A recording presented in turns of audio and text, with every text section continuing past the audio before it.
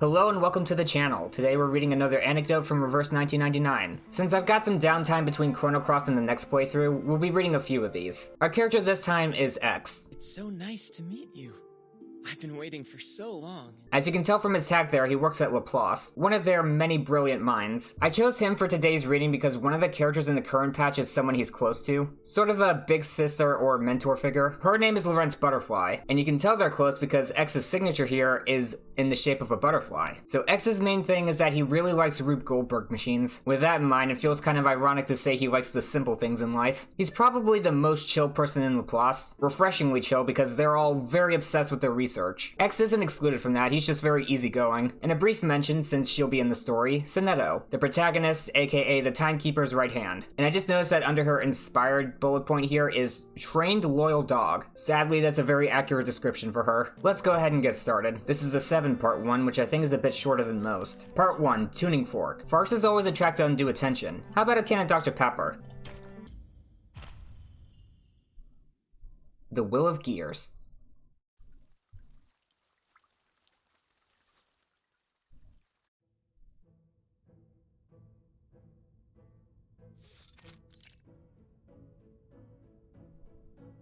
Fantastic, Regulus. I've tried this experiment so many times, but I've never had such amazing results. Thank you. You were the perfect fulcrum. I don't know what I would have done without you. Have I really surprised you then? You've not even seen the best from this captain yet. Check me out. Regulus strikes the ball with her cue. The ball rolls forward, coasting along blindly down an overcomplicated track. After an incomprehensible chain of further Goldberg reactions, including a toy fire engine and a bowl of spaghetti, the fuse at last ignites, sounding off a 21-gun salute in the laboratory, which naturally comes accompanied by a positively wicked rock guitar riff courtesy of Regulus. Easy as pie. Splendid, Captain. This show of ours is ready to shock the world. The two like-minded participants are quick to cheer their success. Unfortunately, one person's honey can be another's vinegar, and soon it would not only be fireworks exploding inside the laboratory. Just what in the hell have you been doing in here? Why is there a toothbrush stuck in the conveyor belt? A test tube rack hanging in the air, a banana peel lying on dry ice, and why are there rhinoceros horns in the disinfection cabinet? Oh, please don't mind the mess, Mesmer. All in the name of science. Regulus and I are just testing out some new gadgets, a rehearsal for a new performance. I'm sure I don't need to tell you just how many safety regulations you violated. Not that you would care. You would not. The thing you need to understand about Laplace scientists is that they're all unhinged, in one way or another. Especially the newest one, who's technically one of the older ones, but they're a new unit. And what exactly is the scientific aim you hope to achieve with this absurd contraption? Obviously, it's for the show. Obviously, it's for mechanical science. You might not be familiar with Rube Goldberg machines. Their constituent components may seem obtuse or unusual, but when combined, they produce results of remarkable precision. Oh, indeed, like lighting a firework that you could reach by simply bending down. Alright. Well, maybe, but it's the process that matters. Otherwise, why wouldn't we just die as soon as we're born? So gross. I've never seen any viable scientific experiment involve a banana peel on dry ice. I wish I could have seen this contraption, because what the hell is that for? Technically? Is science not about exploring the unknown? As the argument begins to spiral up to its peak, Regulus could not help herself from cracking open a bottle of Dr. Pepper. I've had enough of these childish fancies. Useful mechanics must be concise and repeatable, not these harebrained schemes you cook up in your imagination. Oh, I imagine that his machines are very precise and very repeatable. That's only your own bias at work, Miss Mesmer. Simple machines might work like that, but it's totally different with complicated systems. Oh, please. With all due respect, these inventions of yours are nothing more than meaningless garbage. I suggest you dismantle this thing immediately and return the laboratory to its original state. No, I don't agree. My work is hardly useless. It reveals the hidden truths of the universe. Have you considered that life itself was born from a subtle Goldberg machine? In the chaotic primordial soup, chemicals collided randomly, forming, by sheer precise coincidence, the foundations of cellular life. I hate that word! Cellular! I can't say it fluidly in a sentence. Similarly, in my apparatus, spheres move repeatedly, eventually reaching a stable outcome. It's a transition from chaos to order. Burton, just in time. I figured they're about to start fighting any second. I did something new to warm up my voice, by the way. It feels pretty good. Forget it. I thought the Arcanist here would be normal. That statement did not age well at all. Must the Timekeeper always be surrounded by these? Oh, and you can tell this is an early anecdote because Verton has these instead of just regular dialogue. Did you call for me, Miss Mesmer? This has been a very bad time to arrive. The atmosphere around Mesmer Jr. at this moment can only be compared to the sky during the Great Fire of London in 1666, mere seconds away from Inferno. Keep away from me. Never mind. You should know, I will be documenting my observations of this incident in a forthcoming report. The professionalism of her words comes in sharp contrast with her barely concealed rage as she storms off. To be continued. If my voice continues to feel this good, I could probably do 2 readings in one session, which I haven't been able to do before. Anyway, let's talk about potent drugs. An ounce of gold or its equivalent in dollars. In conclusion, Researcher X's continued study on mechanical devices poses significant safety risks. It is recommended that Researcher X undergo a thorough investigation for compliance, along with all of his mechanical devices. Neat handwriting, clear argumentation. It makes for another fine addition to the pile of over 30 other similar complaints. I think I mentioned before how Laplace scientists are kind of obsessed with their personal interests. They give little care for anything else. It seems Mesmer Jr. has put no small effort into her report. Now someone else has to work overtime to follow them through. Relax, there are no safety concerns with any of my devices. Look! See? It will all run automatically as soon as you sit down here, and the result is... a flower! Thankfully, the subject of her investigation is both cooperative and enthusiastic in demonstrating his work. Yeah, he's like a kid going, hey, look what I made, isn't it cool? This is all just fun to him. Next, let me present an experiment that uses marbles to turn off a set of lights after a 30-minute delay. Oh, and then I'll have to show you my machine that uses matches and fishing line to automate watering plants. And then... Verton is nonplussed. Huh? Leaving so soon? There's still a ton of apparatuses and blueprints I haven't shown you yet. A love of science is hard to criticize, but excessive passion in any pursuit can spiral into catastrophe. Are you certain you don't want to review my work again? This is a once-in-a-lifetime opportunity. Oh, timekeeper? Timekeeper? You seem out of breath. Is someone chasing you? Sonetto? My apologies. Sorry, Mesmer Jr. said you might be here. I just came to check in. Did I disturb you? In fact, she has arrived just in time. Unfortunately, so does another. Come on. Hey Verton, where were you off to? I thought you and I were supposed to be having fun doing a systemic review of my work. Hello, Mr. X. Mr. X, and he's like 1 year older than her. Oh, hi, Miss Sonetto. I suppose your being here must mean we have a new mission. That's right. Precisely. The Foundation needs us to relocate an Arcanist to headquarters before the storm. The risk for this operation is relatively low. Timekeeper, you've been given free rein to designate your team members for this task. It does seem that this mission's target is rather tricky. Madam Z suggests you bring along a team member who excels at communication. What's wrong? Hey, why are you looking at me like that?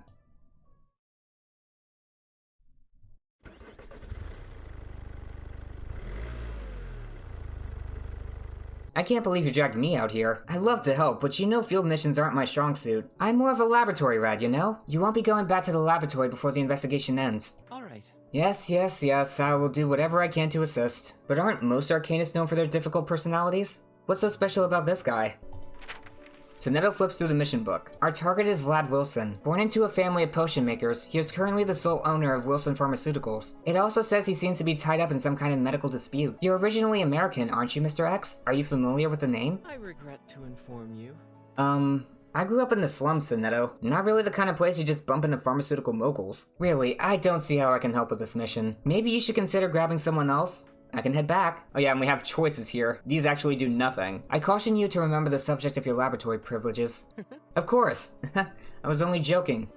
So back to the case. Good. How did he get into this medical dispute? As far as lawsuits go, I've heard these types of cases are notoriously tough. Got any more information in that book of yours? The details of the dispute were not included in the mission book, nor did Madam Z say anything. Perhaps it is a personal matter for Mr. Wilson. It is immaterial to our mission. We only need to coordinate with him about the transfer. Yes, I just hope things go smoothly.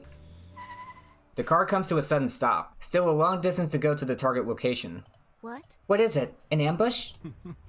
What a coincidence. No, it seems to be a protest. Someone bangs on the car window frantically. Boycott Wilson Pharmaceuticals! Stop the patent acquisition! Give us back our medication! Wilson Pharmaceuticals is a price gouging monster! Though they move to roll up the window, streams of flyers are pushed in before it closes up entirely. Alright. Oh. You were right, Miss Sonetto. This whole medical dispute doesn't seem to have anything to do with our mission, or Arcanum in general. I wonder if that was sarcasm, look at the look on his face. But I think I figured out what makes this Wilson guy so tricky. Take a look for yourself. Sonetto takes the flyer. Vlad Wilson recently listed 49 drug patents for sale, one of which is the only treatment for a copper metabolism disorder. And if the proposed sale goes through, the price will be increased from $1 per capsule to... $550? To be continued. The Matthew effect. To those who have, more will be given.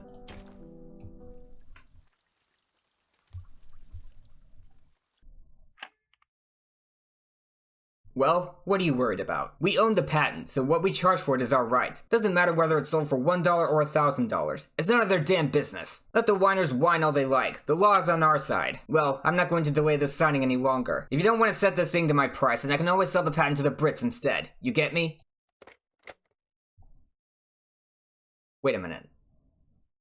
What did that say?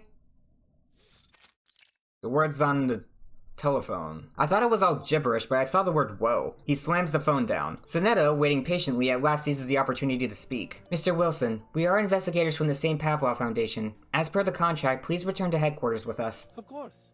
Yeah, of course. I fully intend on complying with the Foundation.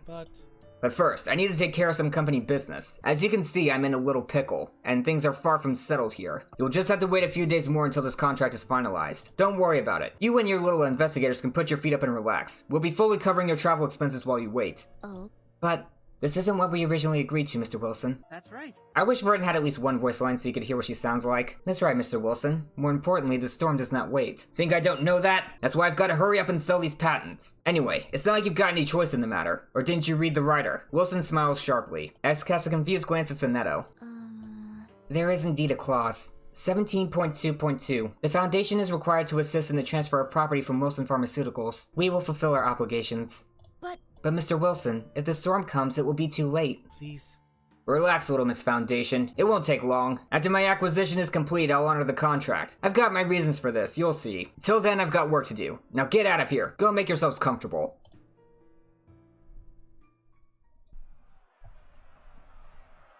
The protesters are still marching outside the office building. Cancel the sale! Protect patient rights! X rolls up the window. Looks like... This Wilson guy is pretty smart. I can't believe he got us to sign that rider with the Foundation. Do we just keep waiting like this? Timekeeper. Timekeeper, I do understand your concern. But according to the terms of the rider, all we can do now is wait. But Mr. Wilson didn't even give us a definitive timeline. What are we going to do? Just wait around until the very last moment before the storm? No. That won't be necessary. If need be, I'll ask headquarters for permission to transfer him forcibly. I'm not sure if that will do much to help. Look! Seems like headquarters was fully aware of Wilson's little pickle, but they still chose to make this agreement with him. I see. So that's how it is. Looks like...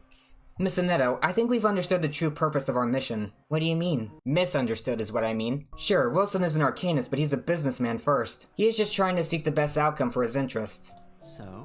So, after learning about the storm, he chose to join up with the Foundation, but he also chose to sell off his patents, and he's aiming on getting the most he can. Of course, he had to expect that this would cause a lot of trouble, but as long as he's the rightful patent owner, he can sell it to anyone and for any price. Then, he prepared his own retreat. So we're here as security. You've got it, Miss Verton. He knew the Foundation would send someone to pick him up. He also knew we could make them stick around using the rider. This is not good. So if the situation deteriorates any further, you'll be able to use us as his shield. Mr. X, what do you mean? Think about it. Might he not, for example, make us suppress a riot if it becomes a threat? No. Ridiculous. We will, of course, ensure Mr. Wilson's safety. Oh, by the way, she's Italian.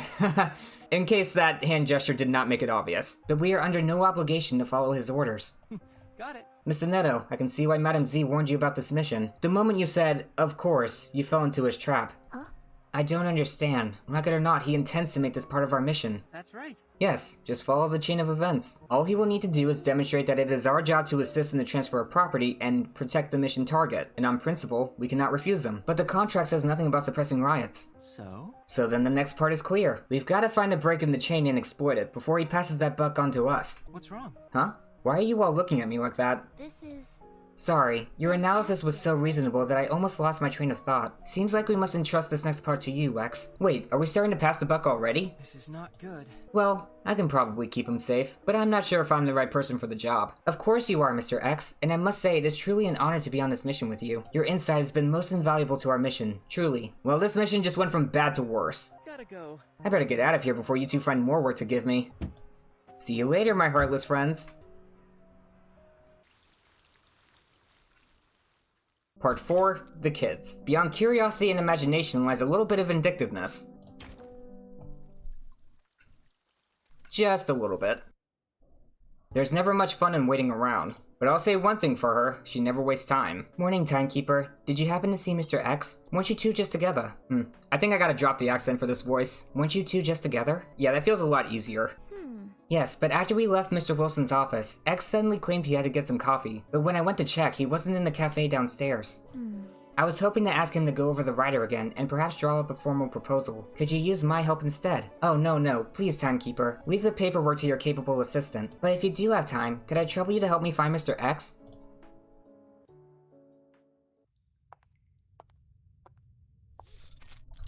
Underground parking lot. Finding X is not hard. One only needs to consider where someone would go when trying to dodge work. Somewhere spacious, quiet, and off the beaten track. Alright.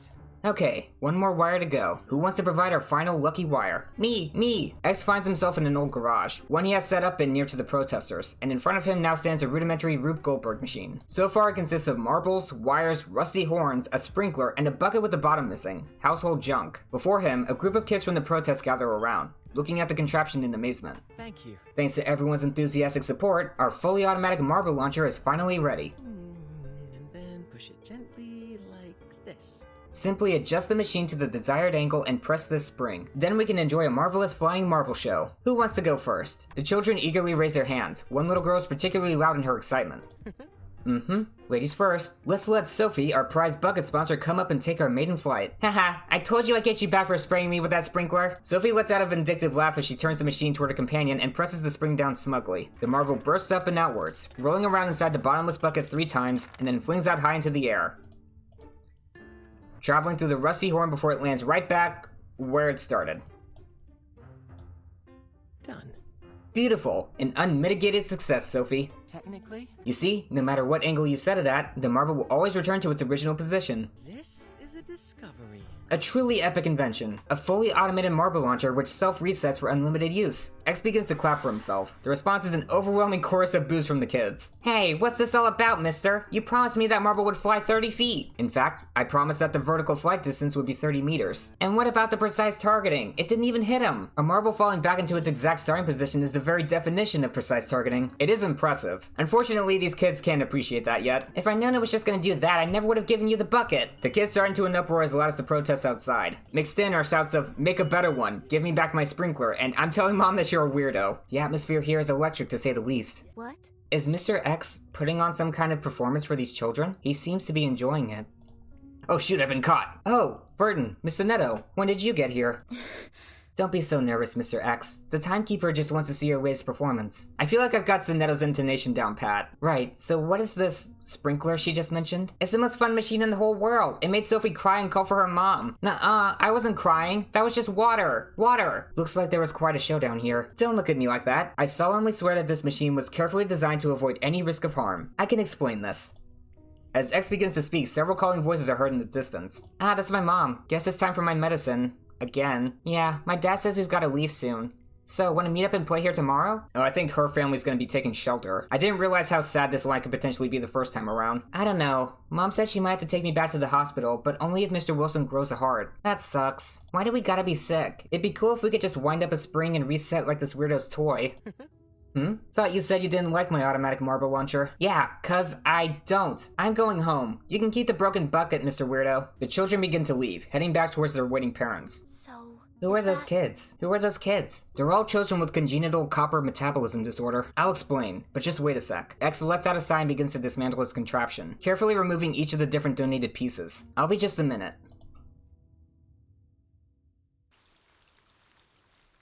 This feels so short. Well, that's probably because it is. Starting point, end point. It's a law of physics, there are no exceptions.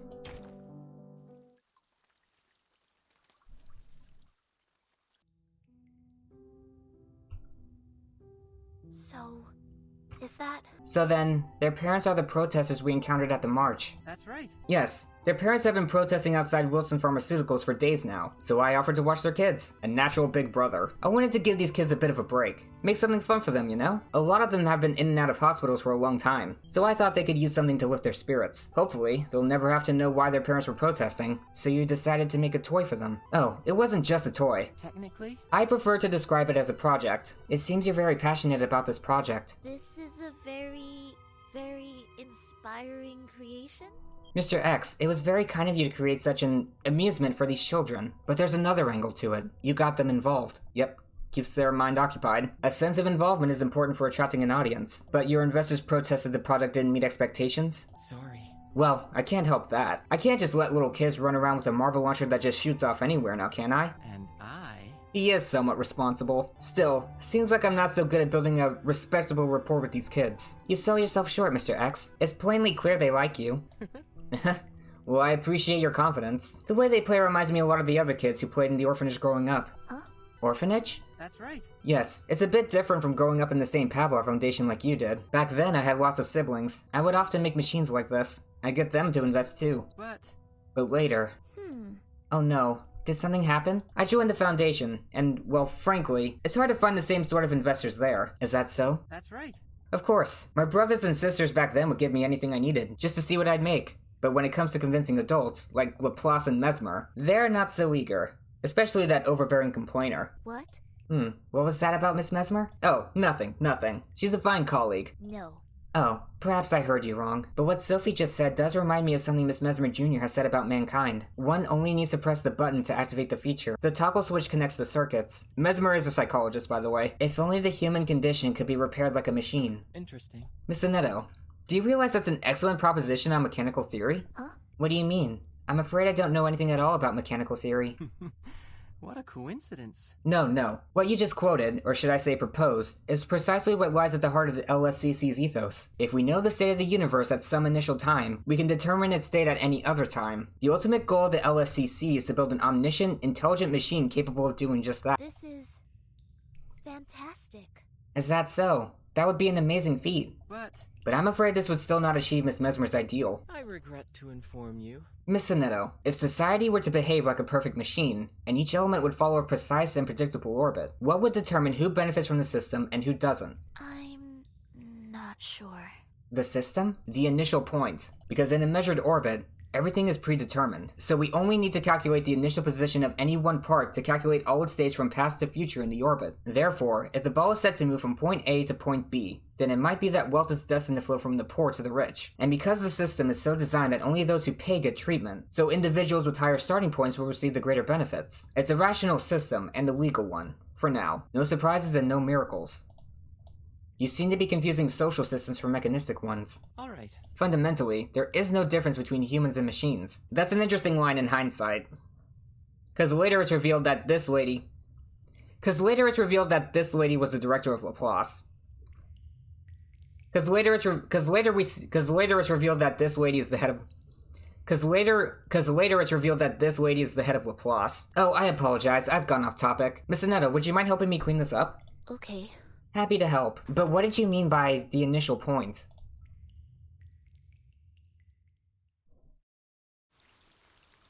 To be continued. Okay, part 6. Gravitational potential. EP equals mgh. This law also applies to social constructs.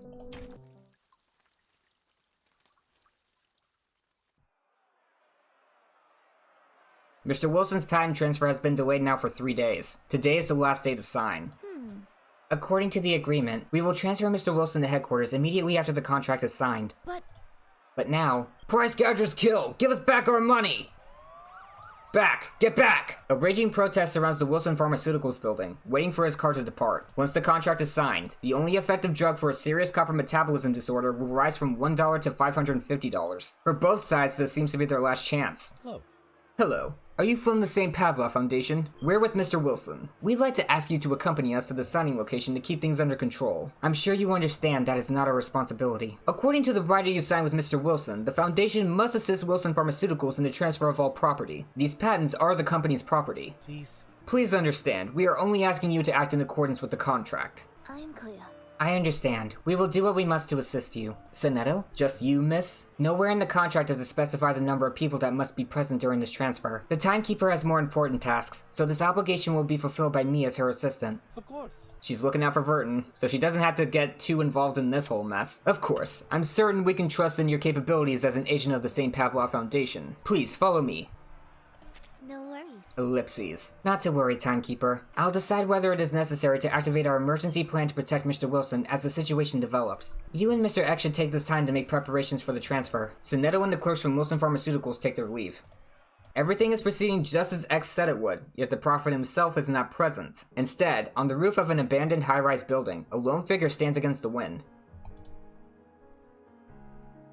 There he is. If there is an intelligence that can understand all the forces that bring vitality to nature, and all the elements and things that constitute nature in their current states, and this intelligence is great enough to analyze all this data, then from the largest object in the universe to the smallest particle, the movements of every body in time and space can be encompassed in the same formula. Oh, I have context for that now. I kinda wish I did a video on Lawrence Butterfly's character story. It's not an anecdote, but it's something similar. And it was really good. For this intelligence, nothing is uncertain. The future will unwind before it with the same certainty that the past does. The wind rustles the pages of the book. What a beautiful discourse, Mr. Laplace. But It's just a pity that the butterfly has already flapped its wings. When you were erecting that perfect machine, did you ever think that even the smallest gears might have a will of their own?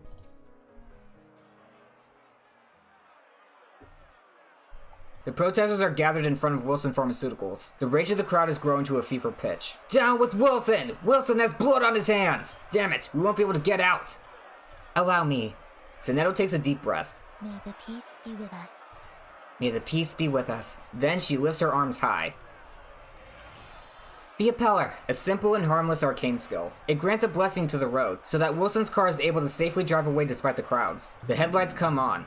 Everyone can only watch as Wilson's car speeds away, harmlessly passing through the crowd. Useless whiners. What do these idiots know? It costs money to go to London, to develop a drug, to avoid the storm, to come back. Everything costs money. Besides, why should I care about things like ethics when the storm is about to wash away everything? I don't have time for this. Get out of the way, you stupid bastard! Wilson pushes his driver out, taking the wheel of his car and slamming on the gas pedal.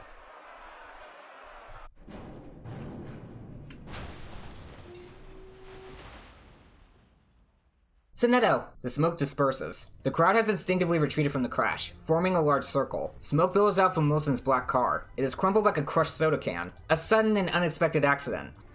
Oh my god! Wilson is dead! He was crushed by his own company's sign falling down. Seems like God finally took an interest. Hallelujah! Caspita! How could this have happened? How indeed. Perhaps it is only a momentary illusion, but it seems to Verdun that she has spied a fluctuation of an arcane skill not far away on an abandoned high-rise. Yet a second look confirms there is no one to be seen.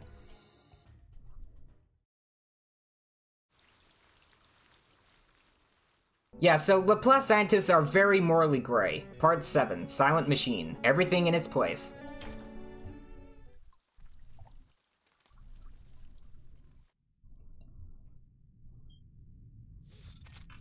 My apologies. I'm terribly sorry, Timekeeper. We failed our mission. I should have done something sooner. I'm afraid it was completely unavoidable. No need to comfort me, Timekeeper. I'm prepared to take full responsibility. Sonetto? Yes. Well, I'm going in. Sonetto disappears through the door to the interrogation room. I should have expected we'd fall into some trouble when we return to the Foundation. Seems like I'm not cut out for field missions. Is that really the story you're going with? this is not good. What? We haven't even entered the interrogation room, and you're already starting to question me? Don't change the subject, Mr. X. All right. Fine, but before you begin, let me ask first. What makes you think I did anything? Your absence at the scene was noted. Convenient, even. I was just playing games with the kids. You read the report. I'm sure you'll find the all-passive lie detector test that was administered, verifying my whereabouts at the time. The sound of gears was heard at the crime scene. It's a normal symptom. And I'm sure you also read that the report concluded that there was a loose part on the sign. As for gears, come on, it's New York. That could have been anything. It's easy to fake an accident with a Goldberg machine. All of life is a Rube Goldberg machine. The only question is the outcome and the initial point. But you're asking, did I make it? If I did, where was its fulcrum? There wasn't any trace of a machine at the scene. Thoughts begin to race. Ultimately, X is the common feature of every Goldberg apparatus, from Regulus's firework lighting cue to Sophie's marble launching spring. Human action is the initial point for every mechanical device. The participants themselves are a part of the experiment. Their behavior, their actions, engineered as part of the machine. Stable, controllable, and able to follow instructions.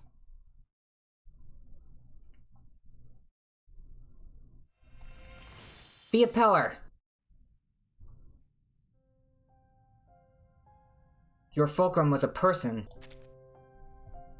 You used her. You used Sonetto. Sorry. I don't know what you could possibly mean. We both know I wasn't there, so how could I have controlled Miss Sonetto's actions? Are you trying to say that Miss Sonetto acted as my accomplice? That's a very serious accusation, wouldn't you say? You, Verton.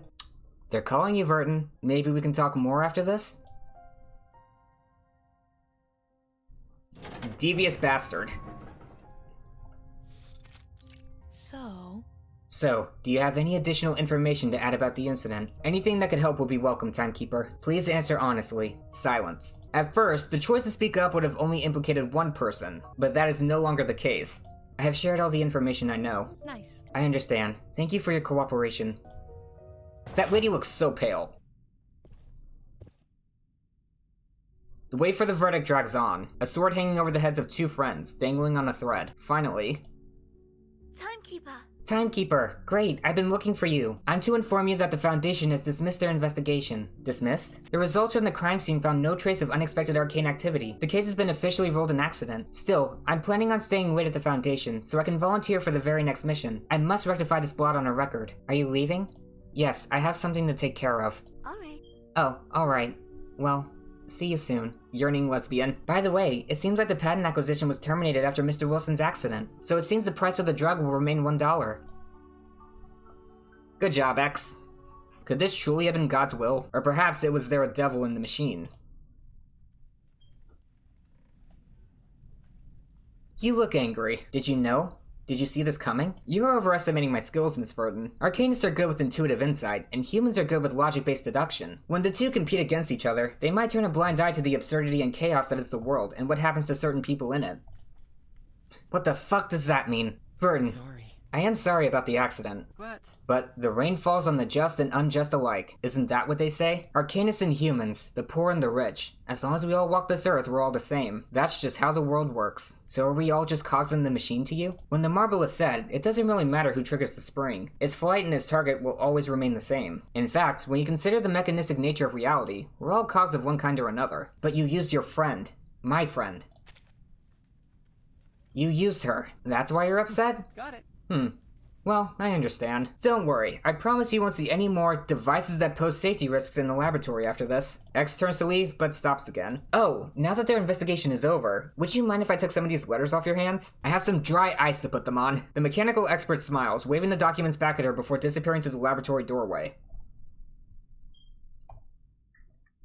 The fireplace burns low and quiet. In conclusion, researcher X's study on mechanical devices poses significant safety risks, which, through unintended consequences, might result in damages, including, but not limited to, burns, collisions, disabilities, death, etc. X takes a sip of his coffee, marveling with pride at the words as he raises the letter into the air. A marvelous insight. These machines certainly have their dangers. Burning.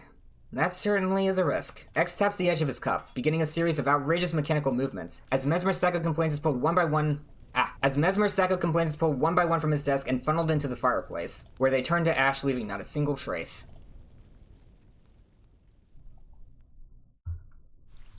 The end. So, this is one of my favorite anecdotes, because it gave great insight into X's character. That person I mentioned being his mentor or big sister figure, she is noticeably more unhinged than he is, and like 100 times more apathetic. Again, I really wish I did her character story for the channel, because it was insane. I might actually make a video on it when it becomes replayable. But anyway, that's going to be it for this anecdote reading. If you enjoyed, consider subscribing so you don't miss out on future videos, and remember to leave a like while you're at it. Hope you have a great day. Cue the outro.